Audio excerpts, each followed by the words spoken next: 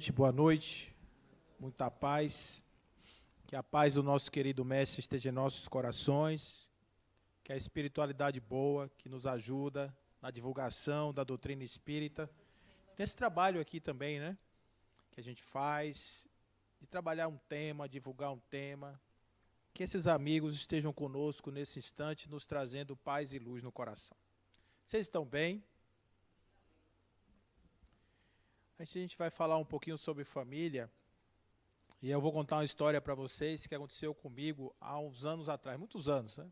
Tem mais, a partir de um determinado tempo a gente não conta mais quantos anos não, para não dar na pinta, né? A barba dessa não tem nem o que esconder. Mas eu fui convidado para fazer uma palestra sobre família. Um tema parecidíssimo com esse daqui. Aí deu uma interrogação na cabeça, eu disse, eu vou falar o que de família? Porque tudo que a gente for falar de família, a gente termina tendo assim uma situação que a gente vai ficar limitado à questão dos nossos conhecimentos, vai trazer o quê? Uma abordagem espírita. E eu estava nesse dilema, né, estudando, pesquisando, etc. Aí me veio uma voz aqui na cabeça, e disse assim, fale da sua. Aí eu disse, tá bom, você está mandando, eu vou falar da minha. E eu fiz uma palestra falando da minha família, da minha experiência de família, etc. Foi uma apresentação bacana, assim, que fluiu bem. Mas eu depois fiquei com aquilo na cabeça, disse, poxa, mas será que toda vez que me chamarem para falar de família, eu vou falar da mesma coisa, do meu pai, da minha mãe, dos meus irmãos, de que é, etc., infância feliz e tal? Aí eu fiquei pensando, não, isso não está certo. E eu comecei a estudar a família na sua dinâmica. Aí eu fui fazer um curso de terapeuta transpessoal, holístico e tal, e quando terminou esse curso, eu tinha a opção de fazer várias formações complementares, com terapia sistêmica, constelação familiar, etc., respiração holotrópica, tinha um monte de coisa aí para fazer. E apareceu uma oportunidade de fazer análise sistêmica. Aí eu disse, como eu quero fazer constelação familiar, quero me especializar nisso, eu vou fazer primeiro a sistêmica, porque está mais combinando com meus horários aqui, e depois eu faço a constelação, eu faço o ano que vem. Foi a melhor coisa que eu fiz na minha vida, porque eu descobri que a minha formação de analista de sistemas serviu, os fundamentos da análise de sistemas serviu para estudar a família. Porque o povo que foi estudar a família começou a estudar sistema. E aí, começando a estudar sistema e as dinâmicas sistêmicas, chegaram em família, e a família é um sistema. Então foi muito legal entender isso, porque quando eu fiz a formação em constelação, aquilo tudo, as dinâmicas da constelação, elas tinham sentido. Não ficava no místico, né? Que você fala assim, um antepassado de quinta geração está embaraçado com alguém agora na sua vida. Isso significa o quê? Do ponto de vista sistêmico, a terapia sistêmica, a análise sistêmica de família, estuda isso. Então, o papo que a gente vai bater aqui hoje é um pouco sobre essa dinâmica, sobre essa construção de família, porque a gente tem uma ideia de família, às vezes é uma ideia assim, que família somos nós, os nossos parentes, etc. A gente não tem, talvez, o alcance da dimensão que é uma família. A importância que tem uma família. Eu estava vendo hoje um filme sobre um rinocerontezinho que recuperaram, ele ficou órfão e tal, pegaram ele, e ele estava absolutamente em depressão. E o pessoal não sabia o que fazer para animar o bicho. E aí, eles, no santuário lá, eles conseguiram trazer uma cabra. A cabra também foi recuperada. E quando botou a cabra para viver junto do rinoceronte, é como se o rinoceronte ganhasse vida. Então, não é só de seres humanos que nós estamos falando. Nós estamos falando de encontros energéticos de entes.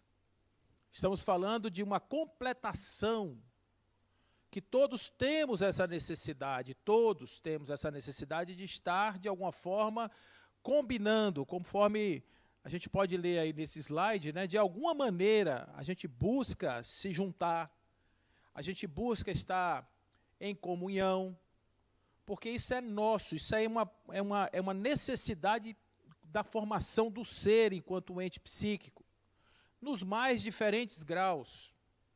Então, eu estou falando de animais.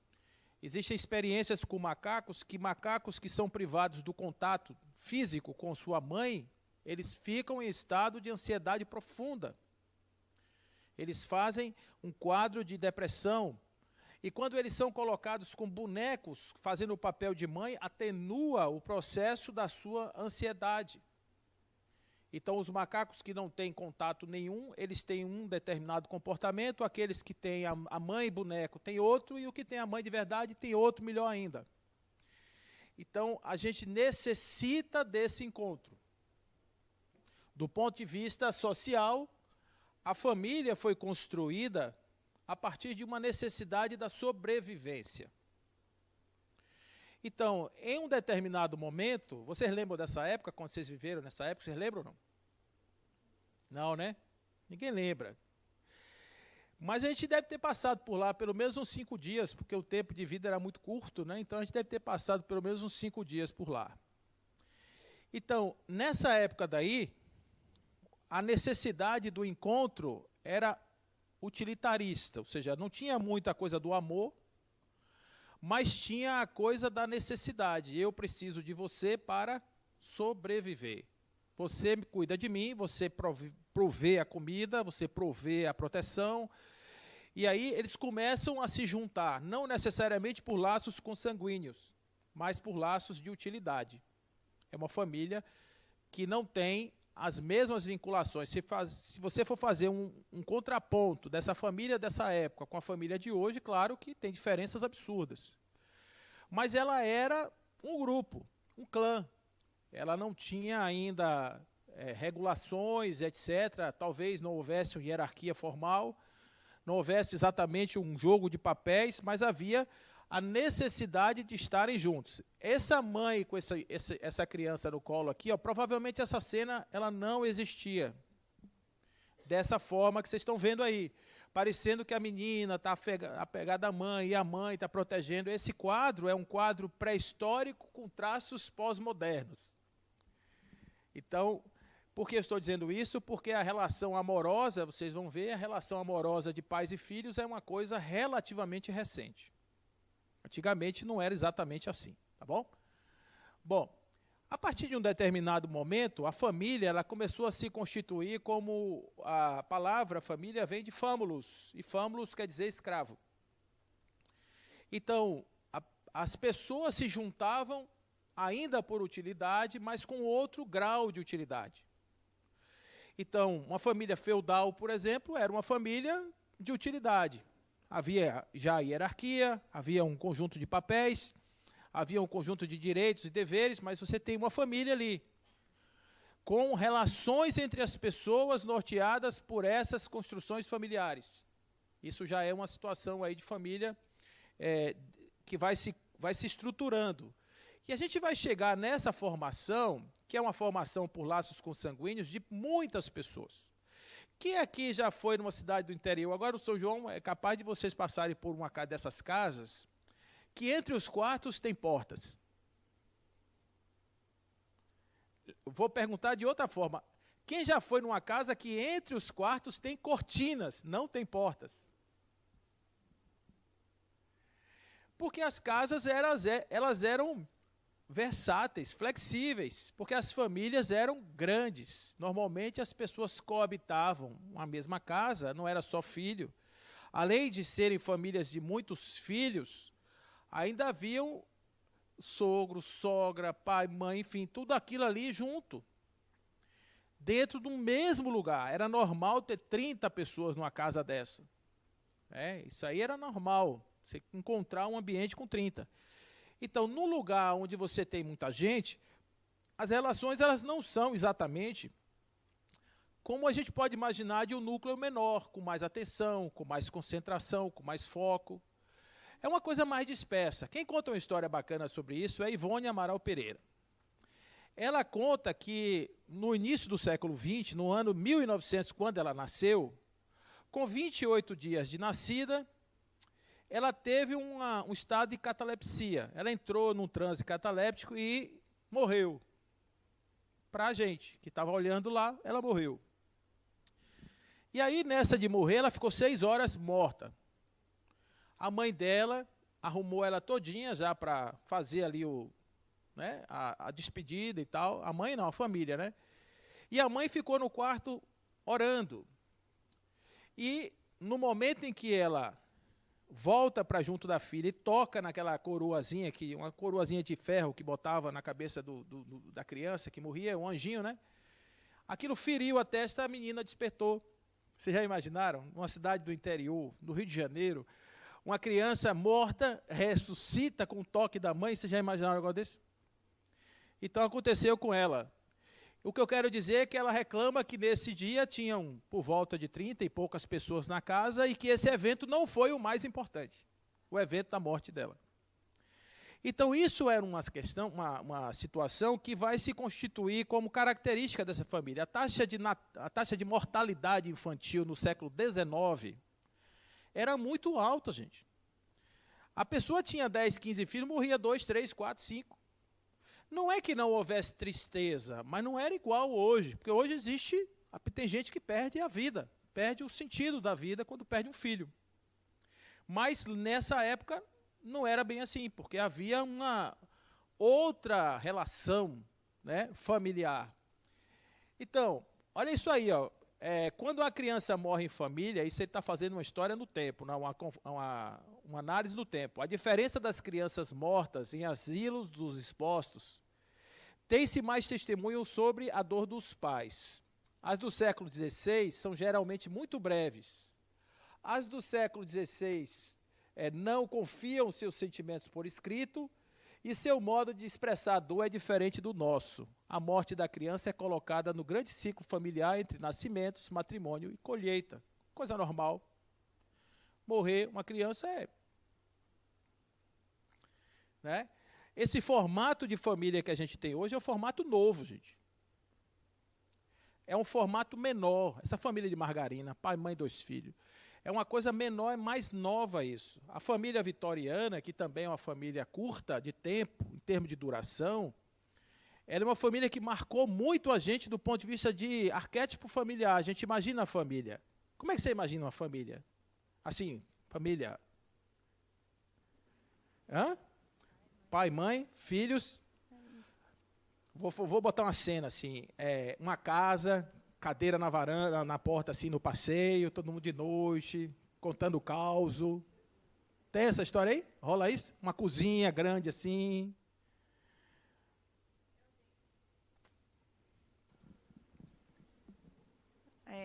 Boa noite, Ellen. A família de meu ex-marido. Quando eu comecei a namorar com ele, eu conheci a família dele, só o núcleo dele. Com ele são 13 filhos. Pai, mãe, 13 filhos.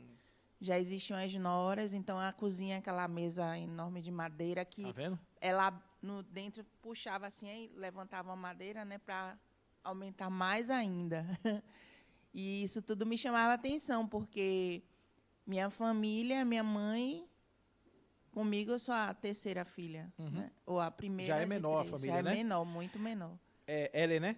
Ellen trouxe uma história interessante que eu tinha até esquecido. As mesas de jantar, elas aumentavam o tamanho antigamente. Vocês lembram disso?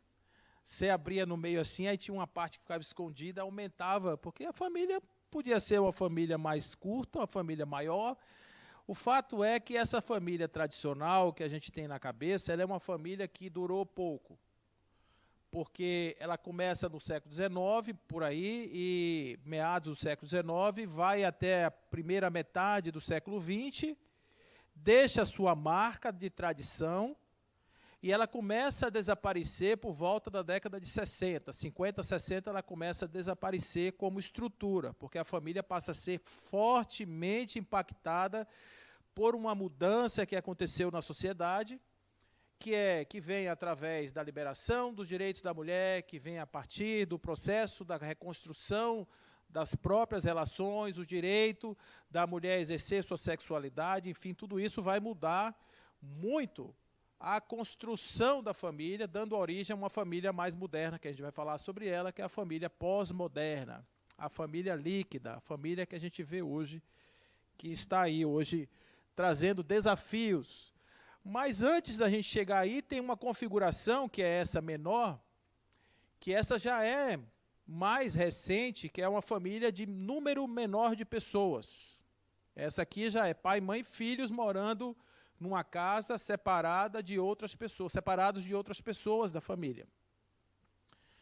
Então, quem gostou dessa família aqui foi a indústria da construção civil, que passou a construir mais casas, porque agora os núcleos familiares estão divididos. Cada um dos 13 filhos vai constituir uma família, cada um vai ter uma casa, né? Cada um vai construir lá seu lar, e esse lar ele não é muito grande, porque a família é isso aí, no máximo 3 filhos. A construção basicamente é essa. É uma família que já é, digamos assim, uma construção mais nova, tá? Com suas características também na relação, aí 2 aspectos que mudam muito nessa família.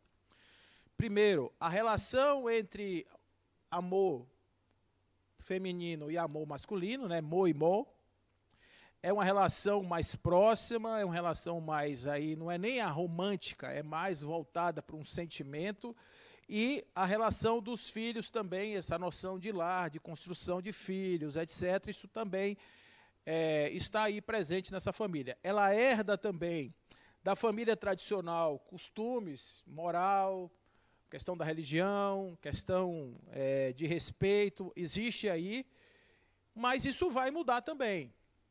Então, por exemplo, eu sou de uma família que eu tinha 2 coisas na minha família que me marcaram bem, assim, para eu não esquecer.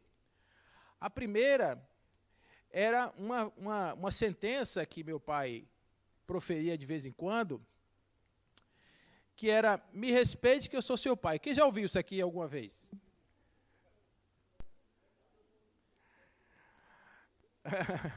E não tem ninguém com a boca torta, né? Então, me respeite que eu sou seu pai.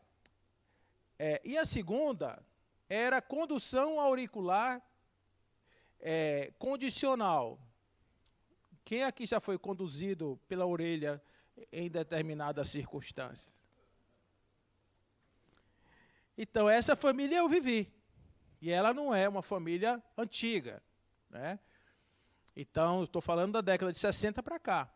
Essa família ela é relativamente nova, em considerando o tempo que nós estamos construindo aqui nesse histórico de família.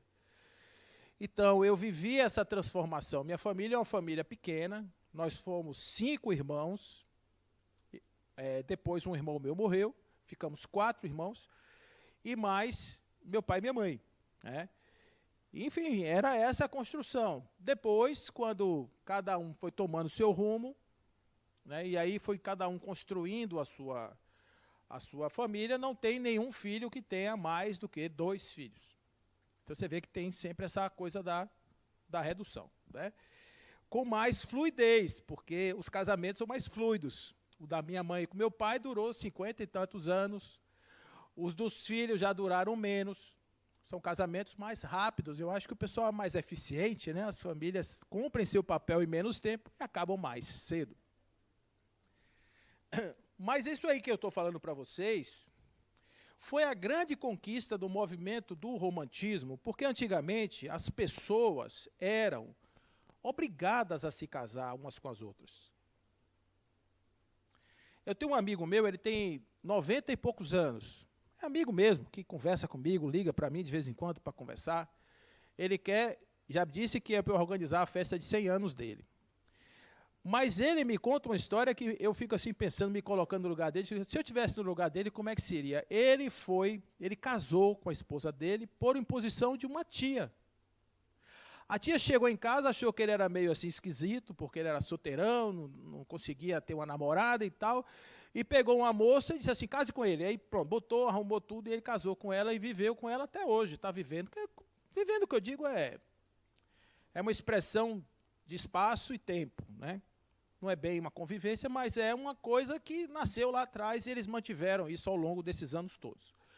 Então, isso é uma característica que foi modificada, que é a pessoa casar somente com aquela que ela quer. Você escolhe seu parceiro para casar, né? Então, se o pai disser, não quero que você case com esse rapaz, a moça casa a si mesmo. Não é assim? Quem hoje tem força? Vocês acham que alguém tem força hoje para dizer a alguém, case ou não case? Você acha que ainda tem hoje isso força? Não, né? Mas já teve tempo que o pai escolhia, inclusive até tinha um negócio de dote, pagava para isso acontecer, para o casamento acontecer e tal. Então, o que mudou foi basicamente uma relação de amor, né? Isso aí é legal, né? Até que a morte nos separe. Hoje, com o feminicídio e hominicídio, isso está cada vez mais verdadeiro. Não quer dizer que a morte separe, que seja o fim do casamento. Porque os casamentos hoje eles estão acabando pela morte do amor, pela morte do respeito, pela morte da sensação, do sentimento de cumplicidade. Está morrendo o casamento hoje pela falta de percepção sobre o que significa relação de família. Uma série de coisas. E tudo que eu vou falar para vocês aqui não é conservador não, tá? Eu não estou falando uma visão conservadora, porque como nós somos espíritas, eu estou falando aqui uma visão espiritual da família. E aí a gente vai entender um pouco nos nossos encontros familiares, como é que funciona isso e por que é que eu estou falando isso para vocês. Mas, de qualquer forma, esse modelo também ele não é muito verdadeiro. Ele é romântico, mas ele é legal, mas ele não se aplica na prática. Não é isso hoje mais? Meu pai era advogado da área de família. E ele parou de ir nos casamentos. Aí você diz, por que ele parou? Você fez assim, né? Por que é que ele parou de ir nos casamentos? Porque ele ia para o casamento, via trombeta tocando, o povo chorando, o noivo cantando para a noiva. 2 anos depois, estavam se esbofeteando na frente da mesa dele para trocar, para separar. E ele ficava assim, meu Deus, é assim mesmo? Ele ficou triste, eu confesso a vocês, isso é uma coisa que ele dizia, não vou não, porque eu não vou. Eu vejo o fim dessa história, isso para mim é complicado, né? Sem exagero, meu pai, mas de qualquer forma, cada um recebe da forma que é.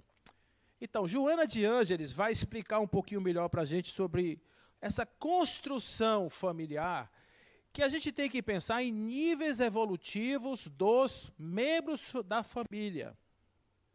Por que a família era utilitarista? Porque o espírito Lázaro vai dizer que no começo nós somos instintos. E o nosso principal instinto é sobrevivência. Depois, sensações. Depois, sentimentos. E os sentimentos vão gradando até a excelência do sentimento, que é o amor.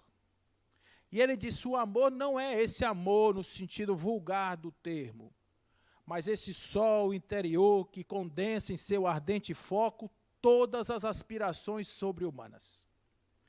Então você observa que, à medida em que a sociedade evolui, à medida em que os seres humanos evoluem, a qualidade da relação humana se modifica. Por que as famílias se modificam? Porque nós estamos nos transformando como seres.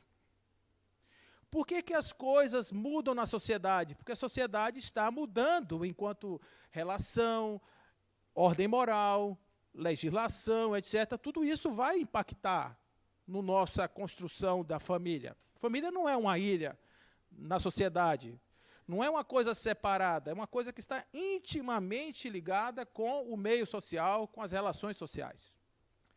Então, Joana diz, a família, sem qualquer dúvida, é bastião seguro para a criatura resgatar-se das agressões do mundo exterior, adquirindo valiosos e indispensáveis recursos do amadurecimento psicológico, do conhecimento, da experiência para uma jornada feliz na sociedade.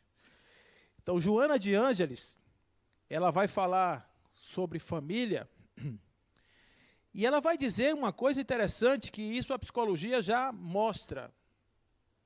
A família é uma estrutura indispensável para a nossa estabilidade emocional e psíquica.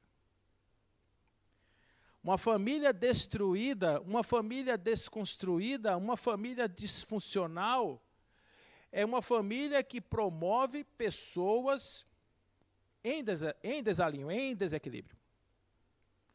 Porque em determinados momentos, aquelas pessoas que estão vivendo na relação familiar, elas vão começar a manifestar determinados sintomas que são típicos dos desarranjos das convivências familiares e vão adquirir determinados tipos de conduta que serão contrários à sua estabilidade emocional e, consequentemente, à sua funcionalidade como ser na sociedade.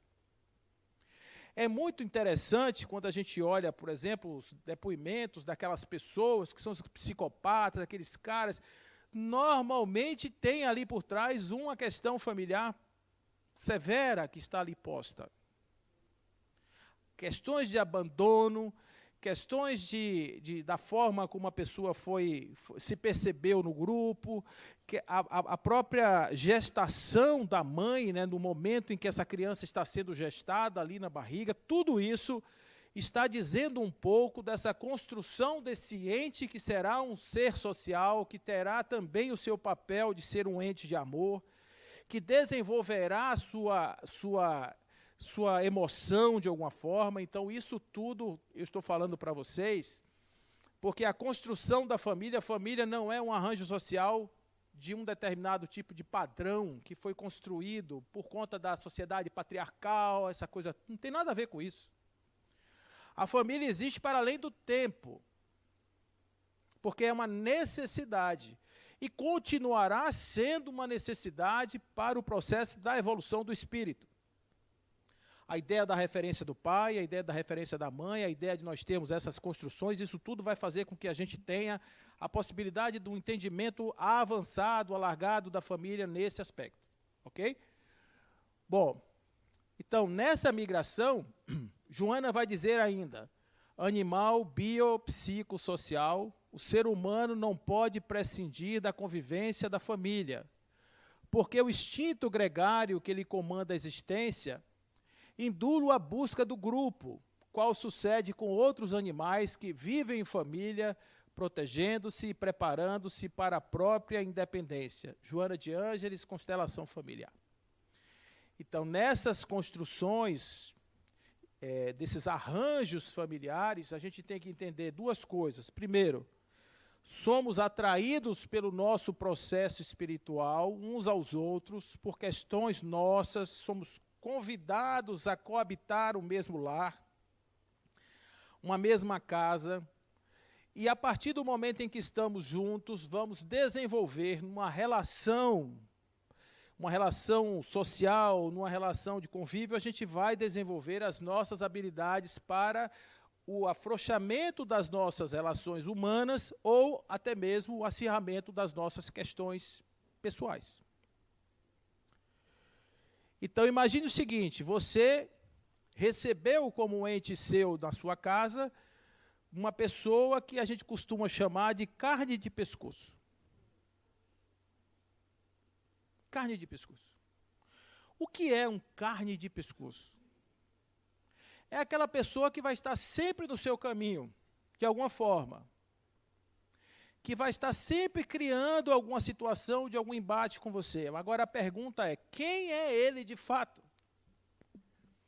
Ele é alguma construção emocional, psíquica, espiritual, que está posta ali para ser equacionada. Não há dúvida disso. Os indivíduos que estão numa relação difícil foram convidados a participar dessa relação difícil para que a relação seja, para eles, professora do desenvolvimento das suas habilidades.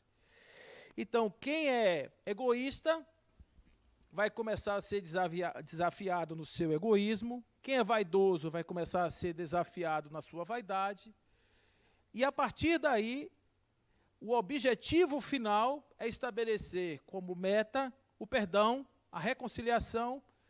É como se você vai encontrar lá no livro Céu e Inferno, você vai encontrar os 3 movimentos da repactuação, que é arrependimento, expiação e reparação. Então, arrependimento, você se vincula à pessoa no sentido de trazer ela para o seu ciclo, para o seu ambiente. Você, através do arrependimento, você cria uma sintonia e os espíritos são atraídos para a mesma casa. Alguém aqui acredita em cegonha? A cegonha é uma representação assim, bem interessante dessa atração. Não existe nascimento por acaso, não existe os encontros por acaso. Os espíritos dizem que nós somos atraídos uns aos outros pelas nossas afinidades, pelos nossos gostos, pelos nossos sentimentos, pelo nosso passado, pelas nossas necessidades. Isso tudo faz com que um espírito seja atraído ao outro, na construção de uma família. Então, quando a gente recebe dentro de casa pessoas, esses espíritos que estão encarnados agora representam para nós desafios evolutivos todos. Os dias. Aí você pergunta assim, Paulo, poxa, eu não podia ser mais simples, não? Será que eu não precisava ter tanta dificuldade? Será que eu não podia ter um pai mais simples? Será que eu não podia ter uma mãe mais tranquila, menos estressada? Eu vou contar uma história para vocês. Um amigo meu, ele tinha um problema com o pai dele. Ele odiava o pai dele porque o pai dele bebia. E ele ficava com muita raiva do pai porque, na época que ele era pequeno, a casa era um problema. Essa semana eu vi Roberta Miranda dando uma entrevista da vida dela, que o pai dela atirava dentro de casa. Imagina. Ele tomava uns goró dele lá, porque ele era alcoólatra, e saía atirando dentro de casa, dando tiro no telhado. Vocês já imaginaram o que é conviver com uma pessoa assim dentro de casa? É uma coisa terrível. Deve ser, né? Eu não tive essa experiência nessa vida. Mas olha que coisa interessante. Um dia, ele foi convidado a pegar o pai que tinha caído na rua. E ele foi numa delegacia, quando chegou lá, o delegado era amigo, era colega de faculdade dele. Olha que vergonha para ele. Pegar o pai dele numa delegacia e o delegado tinha sido colega de faculdade. Essa vaidade que a gente tem que, na hora, fica todo mundo constrangido. Pô, meu pai. O amigo deve pensar assim, bom, rapaz, você larga seu pai assim na rua. Essas coisas que acontecem, né? Pois é, aí ele um dia me contou que ele foi para uma igreja. Estava lá casualmente na igreja. E aí veio um insight para ele, disse assim, você precisa perdoar seu pai. E ele achou aquilo coerente naquele momento. Ele voltou para casa, foi visitar o pai, e a partir desse dia a relação dele com o pai mudou em alguma coisa. Ele começou a se esforçar para ser mais amável, a falar com o pai de uma forma mais carinhosa, a não olhar o pai mais assim, pelo olhar negativo, mas olhar como o pai, aquela coisa do sentimento de pai. E isso durou um tempo. Depois de um determinado momento, ele começou a ter um outro insight. Meu pai, olhe só o insight dele, foi o melhor pai que eu podia ter. Aí você diz assim, como é que pode um negócio desse? O cara odeia o pai por causa de um negócio desse. E no momento que ele vai sentir isso pelo pai, que ele vai odiar o pai desse jeito, ele agora olha para o pai e diz, o pai é o melhor pai que eu podia ter. Como assim? Se meu pai não tivesse sido um bêbado, eu podia ser. E eu não fui por causa dele. Porque ele me mostrou o lado tão negativo da bebida que eu nunca quis beber. Você pergunta assim, se o pai dele não tivesse sido bêbado, ele seria um alcoólatra? Não, necessariamente. Mas podia ser. O espírito que viveu numa encarnação passada, ele, por exemplo, poderia ter sido um alcoólatra e ter perdido quantas encarnações por causa do vício da bebida. Vocês acham que um espírito desse, quando vem na Terra, precisa de um pai? Como? Às vezes a gente precisa de uma dureza, de uma pedreira. Eu estou falando espiritualmente, estou falando do ponto de vista evolutivo. A questão é como você enxerga isso. A questão é como você vê isso. Se você olhar isso do lado negativo, utilitarista, não, eu quero um pai e uma mãe, do ponto de vista arquetípico, que me bote no colo, tal, que me faça carinho, uma coisa. Beleza, todo mundo merece isso. Mas se não temos, como percebemos? Como vamos olhar essa relação? Guardem isso que eu estou falando para vocês. Porque isso é muito importante, porque nós somos seres subjetivos, gente. A gente olha o mundo, interpreta o mundo e capta o mundo da maneira que a gente quer. A realidade que a gente percebe e sente não é a realidade real, é a realidade que a gente percebe, que a gente cria. Tem a ver com nossos valores, tem a ver com nosso modelo mental, com o nosso campo de pensamento, de percepção. Então, não estou dizendo que um pai alcoólatra é bom, não estou falando isso. Ele tem a dificuldade. O que eu estou dizendo é como uma pessoa que está envolvida com outra pode ter a opção de perceber a outra de forma diferente. Esse tema é para mim, né? Hoje eu vou falar muito. Como eu disse, eu sou a filha mais velha de minha mãe. Eu tenho uma irmã que é minha primeira irmã é irmã parte de pai e mãe, e a minha irmã mais nova, ela é 10 anos mais nova do que eu. Ela é filha só de minha mãe. E quando ela começou a ficar adolescente, a gente, assim, um pouco mais, né, já com uns 16 anos, ela começou a ter posturas e comportamentos muito difíceis, que as irmãs não entendiam, minha mãe não entendia, minha família não entendia. Ela é muito revoltada. Minha mãe é a pessoa que mais apoia e ajuda ela. E a percepção que a gente tem é que ela odeia minha mãe, né? Há uns 7 anos atrás, ela teve um filho. Esse menino é adorado por minha mãe, por nós, né? Por nós, tias. A gente acolhe. A gente dá um amor a ele que ela não dá. Ela cuida, mas daquele jeito. Gritou muito quando era criança, enfim. E aí, você falando, eu só vindo na minha cabeça, né? E eu pensando... Claro que quando a gente vem na família, todo mundo aprende. Aprende minha mãe, aprende nós, aprende ela.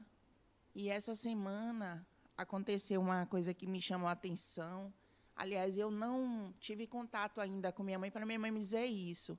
Mas minha irmã a do meio, que tem uma aproximação mais com ela, porque fica sempre com o menino... ela disse que ela me chamou no sábado, ela disse, vou lá na casa de minha mãe que Paula está passando mal. E minha mãe pediu para ir lá, porque minha mãe estava em Vida Nova. E ela foi lá, e ela passando mal, segundo ela é de outra religião, era espiritual, e que ela não está assistindo bem, que ela ia fazer isso, ia tomar um banho, tererê. E depois ela ficou, aí minha mãe voltou, veio para casa à noite, aí ficou com ela. Eu só fui saber disso na segunda, ontem, e minha mãe ficou no sábado de noite. Aí minha mãe foi fazer o evangelho, que minha mãe faz o evangelho todas as noites. Minha mãe é espírita de um outro centro, e minha mãe faz o evangelho sempre. Ela nunca sentou com minha mãe para fazer o evangelho. O filho dela senta e ela não. E aí, quando chegou no sábado, ela chamou minha mãe e pediu a minha mãe para fazer o evangelho com ela. E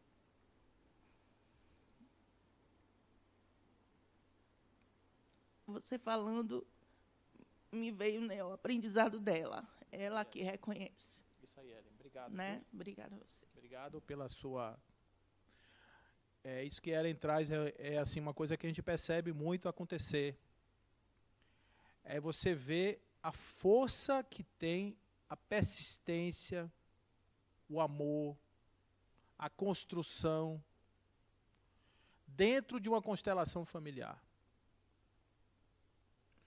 Então, quando você tem uma dificuldade, e isso é muito comum ter hoje, a dificuldade, né, a gente chama, dentro da análise sistêmica, você chama aquela pessoa difícil de paciente identificado, que é normalmente quem mostra o sintoma da família. Não é, quando tem uma pessoa dessa, normalmente a família tem uma questão.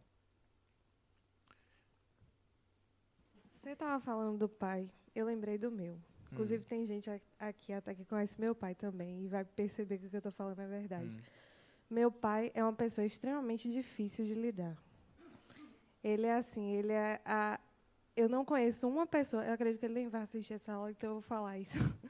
Ele é uma pessoa que, eu não conheço uma pessoa que diga assim, eu gosto muito de seu pai. Sim. Ele é uma pessoa que, as pessoas chegam para mim e falam assim, sua mãe é uma pessoa maravilhosa, mas seu pai é insuportável. Só que assim, ele é o melhor. Você estava falando e eu estava pegando as coisas para mim também. E ele foi o melhor pai que eu poderia ter tido. Eu sei que ele foi a pessoa que se esforçou da maneira que ele pôde para nunca me deixar faltar nada, para que eu tivesse tudo, a educação, tudo do melhor. E dentro das condições dele, né? Mas, assim, por várias vezes eu me pego pensando qual é o propósito da vida de meu pai na minha vida, porque várias vezes eu me sinto mãe dele. Meu pai, ele tem uma empresa, e aí até a condução com os clientes, a forma de falar, a forma de lidar, ele é uma pessoa muito grosseira, muito afobada, muito, sabe?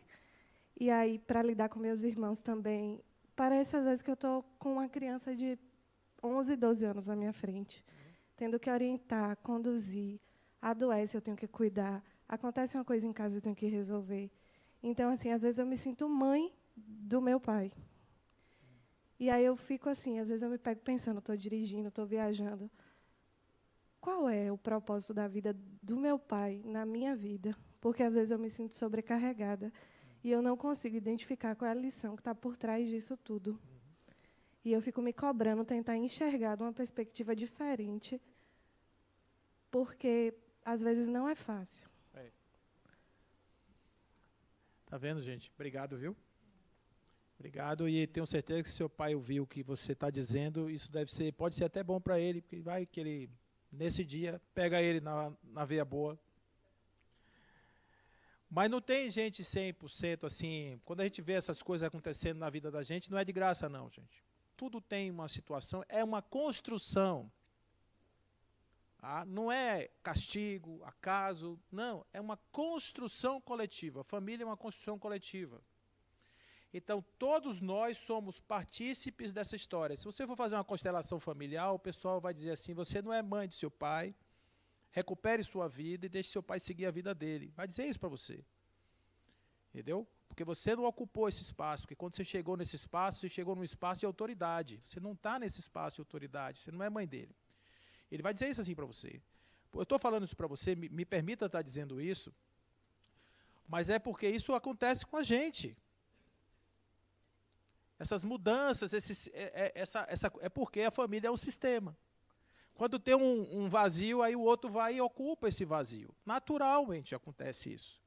Por causa do dinamismo familiar. A gente foi acostumado a enxergar uma família como uma estrutura rígida. Não é, gente. Não é rígido, não tem nada de rígido na família. Cada vez mais líquida a família é. Cada vez mais. Então, o espaço do me respeite que eu sou seu pai, ele deu lugar ao me respeite porque eu sou digno de ser respeitado. Aí você diz assim, mas isso é ruim? Não, porque antigamente eu ficava acomodado porque eu tinha um espaço e eu ficava usufruindo de um certo grau de proteção. Hoje eu preciso me esforçar mais um pouco. Hoje eu preciso dar exemplo.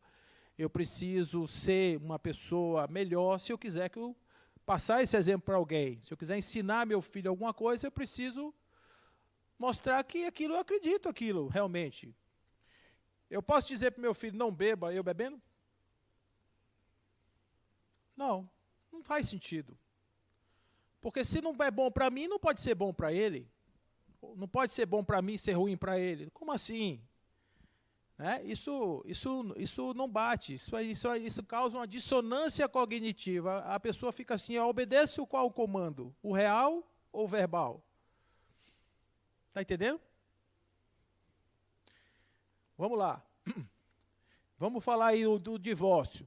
Então, o divórcio é uma coisa que veio depois aí de um tempo. Eu acho que foi uma grande conquista, porque nós, às vezes, nos aproximamos por uma atração temporal, rápida, de paixão. Quem aqui já se apaixonou pelo menos uma vez na vida? Não é, não é bom estar apaixonado, gente? Diga aí. Borboletas no estômago, né? Hein? Aquele beijo que vira o pé assim, que é bom. Mas isso daí é uma necessidade evolutiva. Isso daí foi um processo neuroquímico que foi colocado na cabeça da gente. A gente vive a paixão por uma necessidade que é... Quem adivinha? Por que é que existe a paixão? Para ver reprodução. E como é a finalidade da reprodução? Quanto tempo dura a paixão? 3 anos e meio. É o tempo do guri caminhar. Então, é isso aí que dura a paixão. Depois não tem mais aquele mesmo... Aí tem casal aqui, que eu não vou nem olhar para eles, mas tem casal aqui, não estou falando nada, nem estou jogando agouro, mas dura pouco, gente. Por quê? Porque isso é da natureza. Porque se você for na onda da paixão, casa com 15 dias, pela internet. Conhece na internet hoje, se encontra daqui a 5 dias e casa no 6º dia. Se bater, como diz o outro, se bater a química, aí casa. Aí depois que casa, vem uma situação que... Rapidinho eu vou falar aqui da fisiologia da paixão, para vocês verem como é que funciona isso, e aí vocês me dizem se eu estou falando certo ou não. O casal que está apaixonado, ele fica meio bobo, porque o córtex ele reduz sua atividade para a pessoa não pensar mesmo. Então, qual é a consequência disso? Você vai ver um casal rindo de tudo. Não é assim? Tudo ri. A piada que a pessoa conta, a piada mais infame, a pessoa ri. Por quê? Porque baixa mesmo, a pessoa fica mais suscetível a adoecer, diminui a atividade do sistema imunológico, baixa. Tem uma alteração no corpo, na fisiologia do corpo. Então, o objetivo disso é fazer com que a pessoa tenha a necessidade do outro, porque ele foi atraído pela simetria bilateral, que a gente chama de beleza, o lado direito igual ao lado esquerdo, quer dizer que a genética é boa. O beijo, no beijo, você na saliva tem uma proteína chamada MHC, que é complexo principal de histocompatibilidade, que você, o inconsciente, quando percebe essa proteína, ele faz uma combinação para saber se há uma conjunção do sistema imunológico, ou seja, se você tiver filho com aquela pessoa, o filho terá uma condição de saúde boa. Existe uma série de situações que são todas elas voltadas para um processo de melhoramento, de aprimoramento de espécie. Então, quando você está beijando uma pessoa, você não está pensando nada disso. O chocolate tem uma substância, que é o feniletilamina, que tem o mesmo impacto no cérebro de um beijo, gente.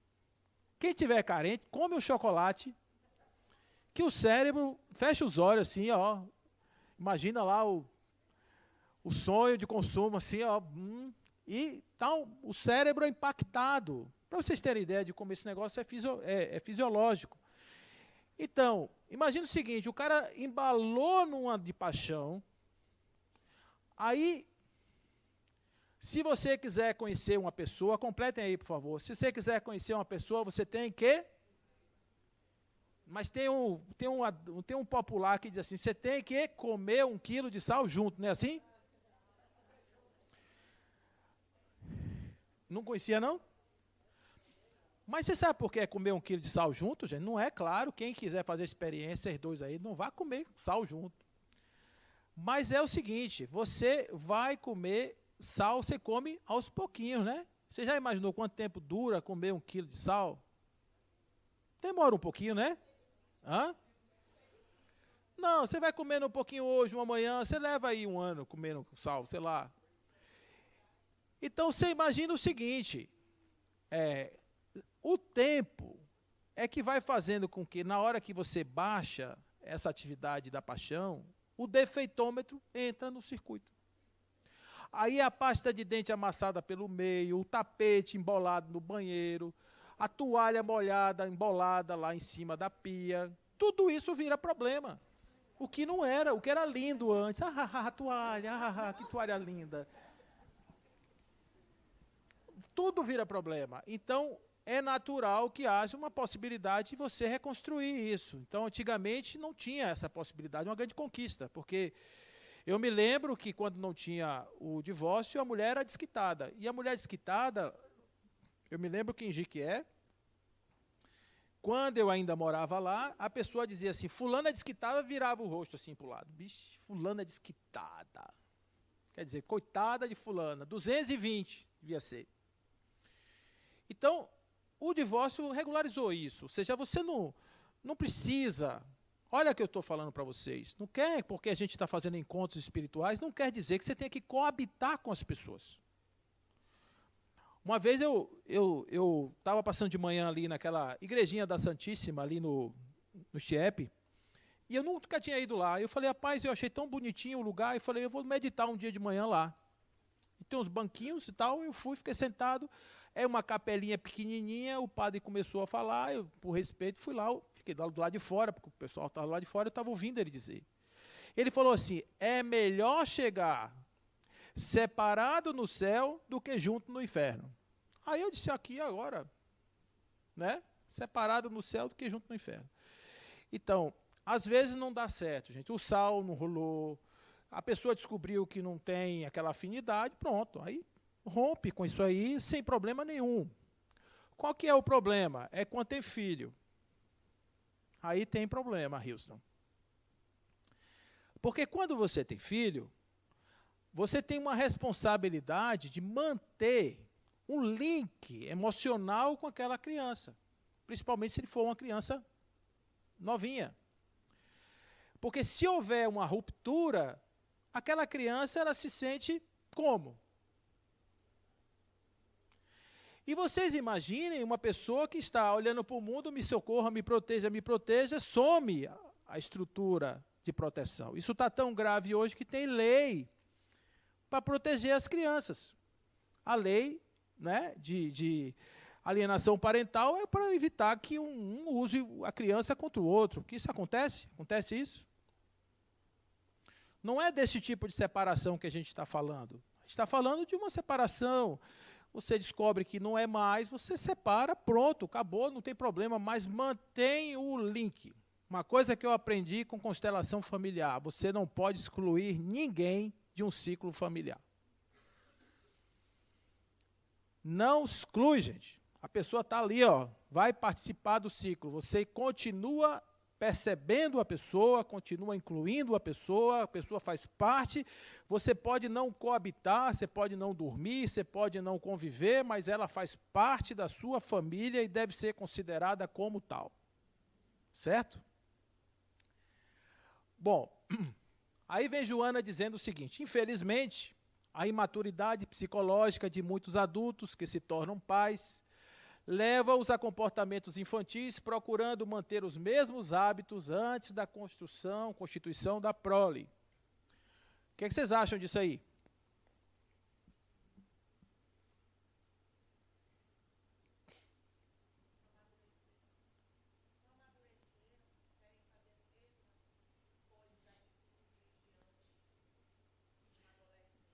Uhum. E qual é a consequência disso?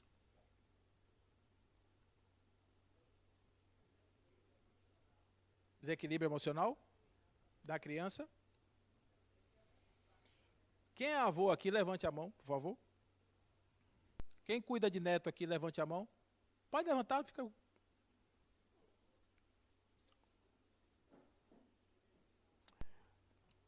É uma situação que acontece hoje, por causa da vida, dos estudos, do trabalho, às vezes por causa da imaturidade, os jovens passam os seus filhos para serem cuidados por seus pais.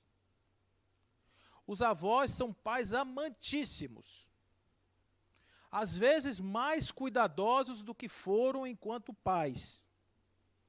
Porque o avô é um pai assim sem muita responsabilidade com o que vai acontecer depois, só quer dar o amor. Isso eu sei. Agora, do ponto de vista da construção do filho, da percepção do filho ali naquele lugar, isso não é um lugar legal. Porque eu, como filho, eu posso perceber isso como abandono. Faz sentido isso? Eu tenho 2 filhos. E agradeço a Deus todos os dias os filhos que eu tenho. Nunca tive um trisco de problema. Eles são já... Um tem 23, a outra tem 21 anos. Mas meu filho mais velho, quando ele era pequeno, a gente não quis botar ele numa creche. Porque minha esposa trabalhava, eu também, e a gente não quis colocar ele numa creche. E a gente resolveu colocar ele na casa da avó. Ele ficou 2 anos na casa assim. A gente ia trabalhar, deixava ele de manhã, chegava de tarde, pegava. Quando ele foi para a escola, se eu não ficasse dentro da sala de aula dele, ele não ficava. Então eu tive que tirar 15 dias de férias para poder me arranjar uma cadeirinha daquela de escola. Eu levava um livro, levava alguma coisa, para eu ficar dentro da sala e ele ficava brincando com os colegas e me olhando. E ele é assim comigo até hoje. Tem a vida dele, daqui a pouco é médico, sai, se diverte, pega um avião, viaja, vai sozinho, tudo. Mas se eu demorar de chegar, o meu telefone vai tocar e eu tenho certeza que é ele. A minha filha não teve isso, porque minha esposa já não estava trabalhando, ficou com ele, ficou com ela, nós conseguimos, Amanda é diferente. Então, o que eu estou falando para vocês é que podia ser que João não internalizasse isso. Mas ele internalizou. Ele internalizou. Ele podia ter visto diferente. Não, papai está trabalhando, mamãe está trabalhando, eu vou ficar aqui com a vovó me ama, tal, está tudo bem, tudo maravilhoso, comidinha na hora certa, está tudo bem, tudo maravilhoso para ele. Mas ele não entendeu assim, ele entendeu aquilo como falta, insegurança, abandono. Eu não faria de novo, se tivesse uma oportunidade de fazer. Percebe?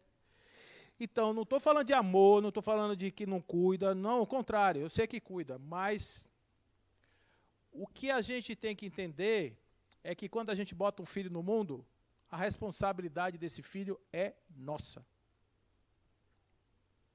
Não tem como terceirizar isso. Pai e mãe. Não é só mãe, é pai e mãe, os dois são importantíssimos para a construção dessa identidade. A pessoa tem que ter autonomia, a pessoa tem que ter segurança, a pessoa tem que ter segurança emocional. Então, se ela não tem esse chão, lá na frente vai faltar. Vocês já ouviram falar em crianças feridas? Já ouviu falar? Não? Você não se olha no espelho nunca, não? Quase todos nós temos algo disso, um pouquinho disso na alma, gente. Aquela sensação de que a gente não está, que a gente não é, que a gente é pequenininho, que não sei o quê, que a gente está carente, está precisando disso, daquilo. Uma hora isso bate na gente. Essas coisas que estão aí. Às vezes com mais gravidade, às vezes com menos. A gente não acerta porque a criança não nasce com uma bula de remédio no bolso, no pescoço, para dizer, ó, é assim que faz. Quando tiver 2 meses, faça assim, 3, faça daquele jeito, com ele. Porque quando nascer o outro, tem que ser outra bula, porque é outro espírito, tem outra demanda, então tem que ser diferente, não tem padrão. Então, a melhor forma de se fazer isso, realmente, é estar presente com consciência e presente mesmo, do jeito que é. Então, está evoluindo a família nesse sentido? Está. Porque hoje a gente percebe que tem os desvios, mas já existe uma consciência que está brotando de pais que estão assumindo mesmo essa responsabilidade, ainda com os defeitos. Outro dia eu estava lendo uma matéria falando sobre os pais helicópteros. Vocês já viram isso? O pai helicóptero é aquele pai que fica girando em torno do filho. O filho está com um problema, o pai vem. Helicóptero de salvamento. Eu vou te salvar. Meus meninos estudaram no Anchieta. Aí uma vez eu estava na secretaria no Anchieta, eu ia falar lá com, não sei quem era, e tinham 2 alunos que tinham aprontado na sala de aula, e a professora e o diretor ia expulsar os 2. Você imagina o que eles devem ter feito. Aí daqui a pouco eu estou vendo um com o outro assim, preocupados, os 2 ansiosos, e o diretor passando para lá e para cá. Aí daqui a pouco chegou um casal, que era o pai e a mãe de um dos 2. A mãe chegou, mãe helicóptero. A mãe chegou caçando alguém para botar a culpa naquele negócio do filho estar naquele lugar. Eu via claramente a raiva dela. Ela não admitia a possibilidade do filho estar sentado naquela cadeira na condição de um que ia ser expulso nos próximos minutos. Então você vê que esse tipo de proteção não é a correta também. Não é essa presença que a gente está falando. É uma presença que a gente ainda vai evoluir isso. A gente hoje está na carência, a gente está distribuindo carência para os nossos filhos, está fazendo compensações. Então, eu tenho uma amiga minha que ela comprou todas as Barbies que existiam no mundo. Eu estou falando, não estou exagerando, não. Eles viajavam muito e ela chegava em todo lugar. Tinha uma Barbie, entrava na loja da Barbie, saía comprando e tal, e a menina não tinha mais onde botar Barbie. Por quê ela fez isso? Porque ela queria ter Barbie quando era criança e não teve. E ela, será que ela perguntou para a filha, filha, tu quer uma Barbie? Então, essas coisas ainda acontecem, mas nós estamos amadurecendo, gente. Nós estamos evoluindo. Nos últimos 50 anos, houve muita pesquisa sobre isso. Então, a gente hoje já consegue entender um pouco essas dinâmicas familiares e já consegue hoje ter ajuda para as famílias aprenderem a encontrar os seus papéis dentro de um clã familiar. Então, quem aqui não tem problema nenhum de família, eu acho que ninguém vai levantar a mão, porque todo mundo tem um probleminha ou outro, não é assim? Todo mundo tem. Então, por que que tem? Porque é para ter. Família que não tem problema, tem alguma coisa, tem algum problema.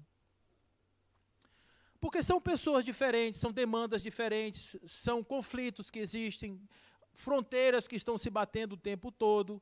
Isso é natural acontecer. Agora, a maneira como esses conflitos são geridos dentro da família, isso faz a diferença entre uma família funcional e uma família disfuncional. Percebe, gente? Bom, então, mais Joana de Ângeles. Quando os jovens resolvem consociar-se impelido pelas imposições carnais, a futura família já padece de ameaça grave, aquilo que eu estava falando para vocês nesse instante. Porquanto nenhuma estrutura se fundamenta para resistir aos naturais embates que a união a 2 acarreta no plano do ajustamento emocional e social, complicando-se naturalmente quando do surgimento dos filhos. Certo? Vai construir uma família, pensa direitinho, é isso mesmo. A responsabilidade, quando perguntaram a Maria de Montessori quantos anos uma mulher, uma pessoa tinha que se preparar para ser mãe ou pai, 20 anos, ela dizia. A responsabilidade que existe nisso. Muito bem. É destrutivo para o casamento adotar a ética da realização pessoal que pressupõe que o casamento e a família são fundamentalmente instituições que visam a satisfação individual necessária para sermos plenos e felizes. Aquela história do felizes para sempre. Quando não é paixão, é completação, às vezes, que leva pessoas a casamentos e a uniões que não são legais. E nisso existe também muito estudo que foi feito sobre esse tipo de coisa. E uma das coisas mais severas que existe nesses estudos é a questão do chamado fusionamento do ego. Alguém aqui já ouviu falar nisso? Uma espécie de simbiose existencial em que um passa a existir somente na presença do outro. Vocês conhecem alguém que vive assim? Tampa de panela, banda de laranja. Então, quando dois seres se fusionam, eles transferem parte do seu desenvolvimento para o outro. Qual é o problema disso? É que quando o outro falta, o daqui fica literalmente pela metade. Então, quando uma criança um jovem vai para o mercado de trabalho e não consegue resistir à ansiedade do mercado de trabalho, à frustração do mercado de trabalho, não consegue resistir aos nãos que a vida dá, e volta para casa, o que é que vocês acham que isso significa? Que parte dele não foi com ele para o trabalho. Parte dele está ainda imatura e foi, durante todo o tempo, suprida por outra pessoa, que pode ser a mãe, pode ser o pai, pode ser outra figura.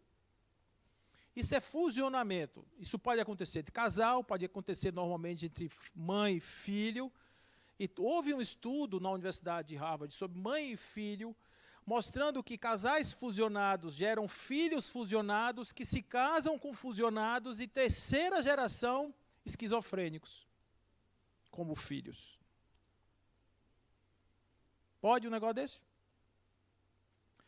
O casamento é um convite à autonomia.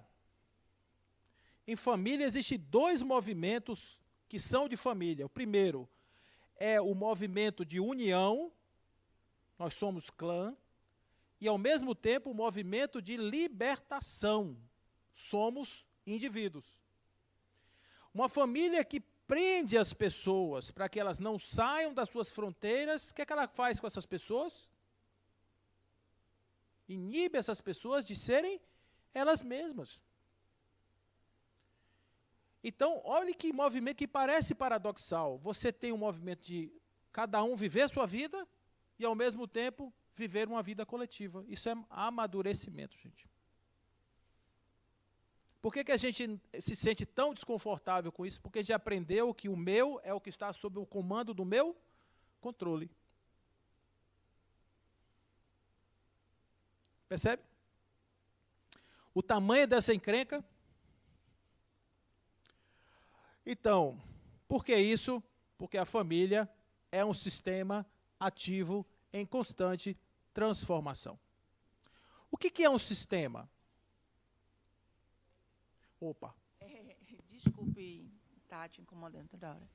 Mas vou pegar água não sei aqui, se você viu? viu, vocês viram hoje uma polêmica, eu vi na rádio, na hora que eu estava indo trabalhar, em Mário Kertes, falando de que uma criança de 11 anos foi estuprada, estava grávida e ela estava com a juíza induzindo a ela a dizer que ela tinha que ter a criança. E ela, por várias vezes, disse que ela não queria manter a gravidez, que ela não queria nem para depois ela passar. Qual a sua visão em relação a isso? Olha, gente, isso é difícil, viu? Isso é difícil, primeiro, porque tem uma questão de consanguinidade. Se for o pai que estuprou ela. Não, se não foi o pai, é outra coisa. Isso aí eu realmente posso dizer a você, eu sou contra aborto.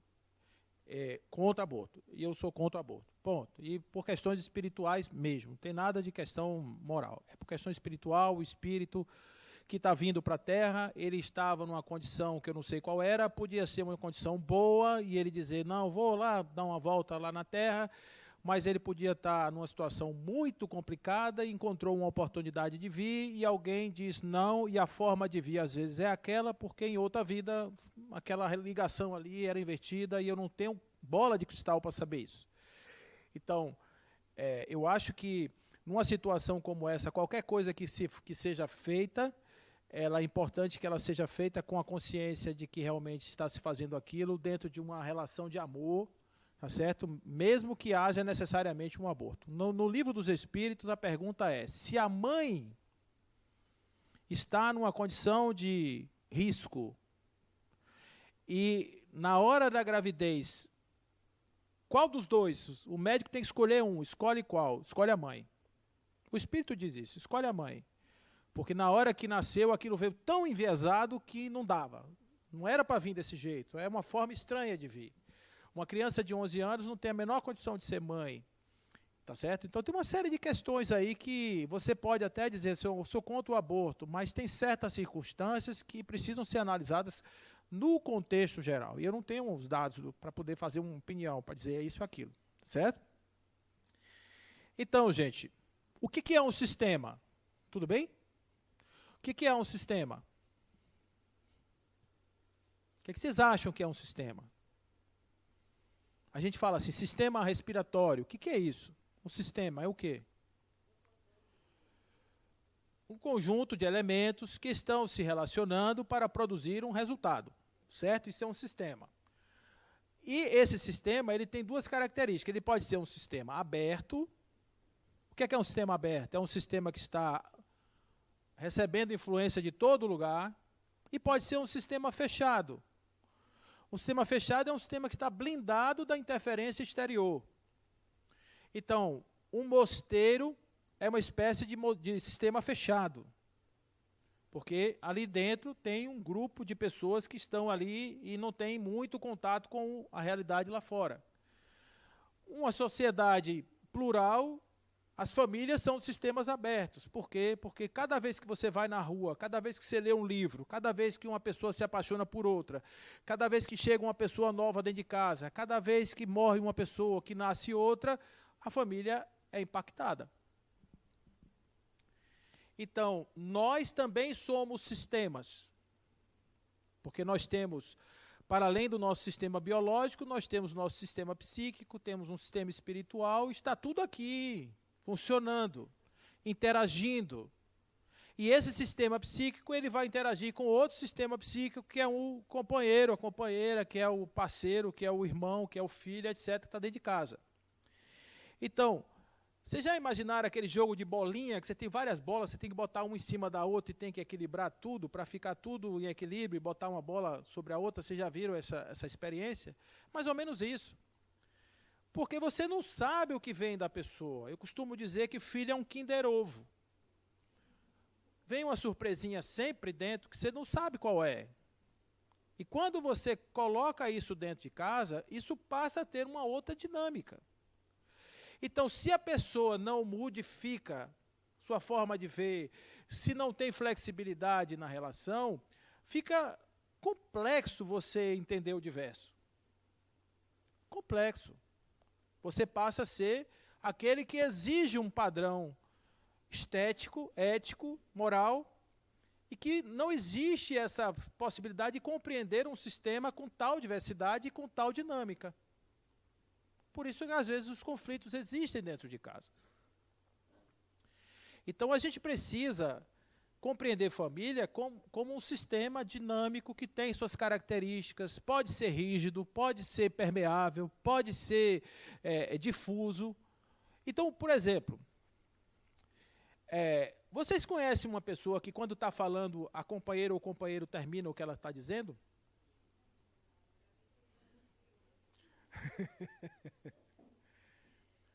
É legal isso? Como é? Você tem uma pessoa que lê seus pensamentos. Você já viu alguém que lê seus pensamentos? Já sei o que você vai dizer. Então, gente, isso aí é uma tentativa de invasão de propriedade. Tá certo? Que a gente faz isso constantemente. Agora, tem pessoas que já estão acostumadas com isso, então a fronteira é difusa. Você não sabe onde começa uma pessoa e termina a outra. Sabe? Está misturado. Isso é patológico. A depender do grau disso, isso é patológico. Então, qual que é a melhor relação, uma relação madura, vamos dizer assim? É a chamada fronteira difusa, que você permite que o outro entre quando você, né, acha que pertence, e no momento que você também estabelece sua fronteira. Isso é natural também do processo de amadurecimento, tá, gente? A gente está caminhando para esse entendimento na medida em que a gente compreende que isso pode ser feito em paz. Hoje, isso está sendo feito com conflito, porque as pessoas estão tendo que romper barreiras para conquistar esse espaço. E também estão de maneira insegura se posicionando numa espécie de autonomia, mas sem a condição da autonomia, ainda sem os elementos da autonomia. Isso gera insegurança, e insegurança gera violência. Então, muitos jovens, eles partem para o processo da violência porque eles não têm argumento, eles não conseguem ainda se afirmar, eles não têm percepção de si mesmos, eles preferem muito mais que o outro lhe reconheça como alguém autônomo sem que ele tenha essa autonomia. Importantíssimo. Pois não. Você falou aí do Kinder Ovo, né? Para os médicos, eu tenho um diagnóstico de infertilidade sem causa aparente. Mas eu acho que esse processo que eu estou passando é porque o meu Kinder Ovo está me preparando para recebê-lo. Né? Não é à toa que eu estou aqui. Estou aqui por conta dele ou dela. Então, várias coisas que você foi falando aí, veio passando um filme na minha cabeça da necessidade que todas as pessoas têm, diante de formar uma família, fazer um curso sobre família, né, para buscar entender. E antes mesmo de fazer um curso sobre família, buscar procurar o autoconhecimento, para saber das suas dores, reconhecer a sua criança ferida, porque adulto difícil é criança ferida. Tem muitos adultos aí que estão gritando pela falta de atenção ou pela falta de limite que teve quando criança. Né? Então, assim, quando você falou também da esquizofrenia, conheço muitas pessoas com transtorno de personalidade, principalmente o border, né, que é o borderline, que quando você vai a fundo na história de vida dessa pessoa, tem um problema muito grande com a família, principalmente pela falta do pertencimento e por se sentir abandonado, mesmo quando a família dá de tudo ou acha que deu o suficiente. Isso aí. Não é o que acontece, é o que a pessoa pensa que aconteceu. Eu conheci uma moça que ela, em um determinado momento, ela estava fazendo terapia e veio um insight na cabeça dela que ela foi abusada sexualmente. A questão é que ela não lembra exatamente quando aconteceu. Então, qual que é a hipótese? Pode ter acontecido, ela ter bloqueado e aquilo ter ressumado, de alguma forma? Pode. Mas ela pode ter sonhado. E ela reviveu um sonho e trouxe para a realidade. Então, isso é a realidade sintética, gente. Todos nós temos isso. A construção de uma realidade sintética. Quer ver um exemplo claro de realidade sintética? A pessoa fala uma coisa para outra. Aí a pessoa disse assim, de si para consigo. Ele está tramando alguma coisa. Ele está achando que eu não tenho capacidade. Essa vozinha interior é uma realidade sintética. Por que é uma realidade sintética? Porque você não tem a comprovação exata daquilo. Você imagina aquilo, você pensa aquilo, às vezes você quer aquilo. E o processo rola por aí. Então, o que é interessante, gente, a gente entender? Primeiro, compreender que nós somos isso, que estamos no meio dessa relação e que ela é complexa mesmo, é difícil. Olha aí, as fronteiras. Quando eu falei da questão da família rígida, da fronteira rígida, pensem como fronteira nossa também. Nós também temos essas fronteiras como sistemas. Elas podem ser rígidas, permeáveis, podem ser sólidas, podem ser difusas, podem ser de todos os tipos aí que vocês pensarem. Mas o fato é o seguinte: Quando nós não conseguimos ter a identidade do eu e do não eu, essa dúvida entre onde termina a minha pessoa e começa a do outro, pode gerar problema na nossa relação pessoal. Então, como é seu nome? Faida? Faida com F? É o que Faida está nos dizendo aqui. Autoconhecimento, gente. Autoconhecimento não é só você fazer uma terapia profunda, não. É você prestar atenção em você, prestar atenção nas suas reações, prestar atenção no que está acontecendo, o que você pensa sobre o outro. Né? Como Freud dizia, quando Pedro fala de Paulo, eu sei mais de Pedro do que de Paulo. Né? Então, são essas coisas que vão nos dizer de nós outros, porque isso aí, ó, como eu falei para vocês, é ciência hoje. Você vai fazer um estudo sistêmico da família, o cara vai desenhar aí um genograma que mostra esses traços, essas bolinhas aí, são representações de relação.